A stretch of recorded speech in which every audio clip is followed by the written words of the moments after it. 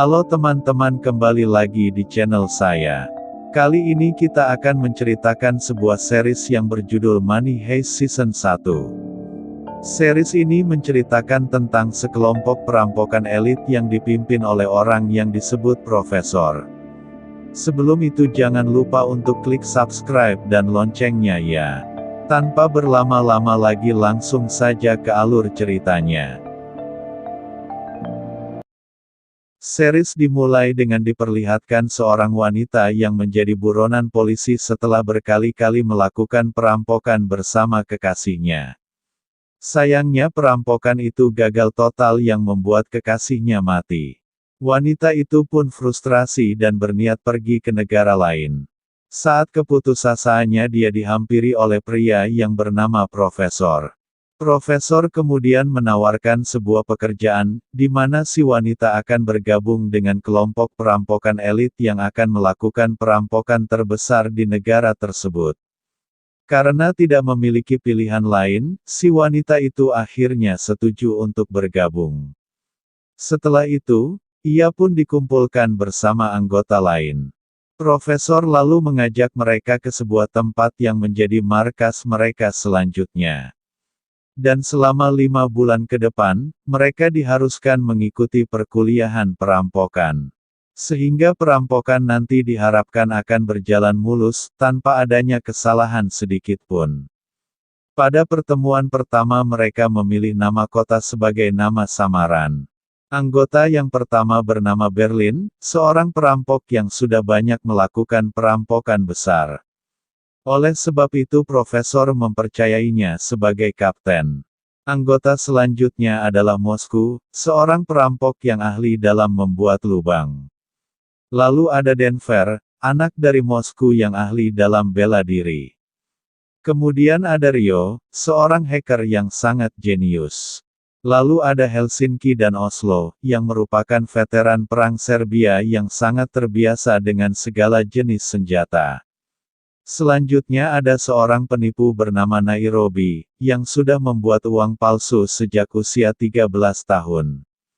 Dan yang terakhir adalah wanita yang memilih nama Tokyo, sebagai nama samarannya. Mereka semua direkrut oleh Profesor, yang sangat ahli dalam merencanakan perampokan dengan sangat matang. Profesor tidak memiliki catatan kepolisian atau daftar kependudukan sejak dia berumur 19 tahun. Oleh sebab itulah, dia dijuluki sebagai hantu. Selama 5 bulan, Profesor mengajarkan semua detail penting terkait perampokan yang akan mereka lakukan. Profesor menegaskan, bahwa mereka dilarang membunuh siapapun dalam operasi perampokan. Sampai akhirnya hari perampokan pun akhirnya tiba. Mereka menggunakan pakaian berwarna merah, lengkap dengan topeng yang unik. Kelompok perampokan ini akan melakukan perampokan di Badan Percetakan Uang Negara.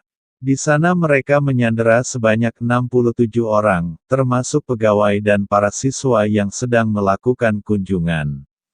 Salah satu siswi bernama Ellison Parker, akan menjadi tawanan kunci untuk misi perampokan ini. Mereka pun mengumpulkan para tawanan di aula gedung, dan meminta mereka semua untuk menyerahkan handphonenya.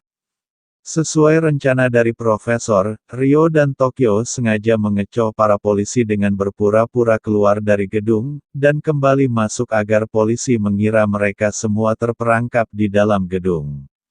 Padahal hal itu dilakukan agar mereka memiliki waktu yang cukup untuk mencetak uang sebanyak 2,4 miliar euro. Namun saat eksekusinya, Rio ternyata terkena tembakan dari seorang polisi. Hal itu pun membuat Tokyo marah, dan menjadi tidak terkendali. Profesor dan Berlin pun mengetahui, kalau ternyata Rio dan Tokyo selama ini diam-diam telah menjalin hubungan.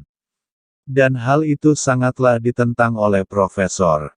Karena bagaimanapun juga, hubungan mereka akan mengganggu kelancaran rencana perampokan. Setelah itu seorang penyidik kepolisian bernama Rahel Murillo, ditugaskan untuk menangani kasus tersebut. Di sana ia juga bertemu dengan intel negara, yang bernama Prieto. Rahel diminta untuk bernegosiasi dengan pihak perampok yang berada di dalam gedung, di mana telepon itu akan langsung terhubung dengan profesor. Sayangnya negosiasi itu tidak menghasilkan kesepakatan di antara keduanya. Setelah itu, Berlin meminta semua tawanan untuk mengganti pakaian mereka dengan baju yang sama seperti perampok. Pada malam harinya, Prieto mendatangkan pasukan khusus yang akan menerobos masuk ke dalam gedung. Namun rencana itu tidak disetujui oleh Rahel, karena akan membahayakan semua tawanan yang berada di dalam.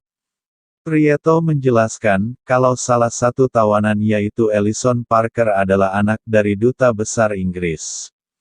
Jika mereka tak melakukan apapun untuk menyelamatkannya, maka peperangan antar negara akan terjadi. Semua itu ternyata sudah diprediksi oleh Profesor. Jadi mereka meminta Ellison Parker untuk menelpon pihak kepolisian, dan mengatakan kalau semua tawanan saat ini berpakaian persis seperti perampok. Hal itu tentu saja akan membuat pihak kepolisian menjadi bimbang. Karena jika mereka menyerang sekarang, mereka bisa saja menembak para tawanan yang tidak bersalah.